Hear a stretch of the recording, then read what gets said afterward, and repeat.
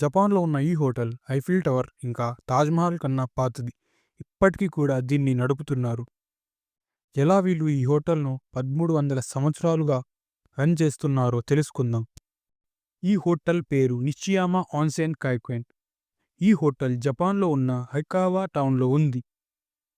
ఈ హోటల్ చుట్టుపక్కల కొండలు అండ్ చెట్లతో నిండి ఉంటుంది. వ్యూ చాలా సాటిస్ఫైయింగ్‌గా ఉంటుంది.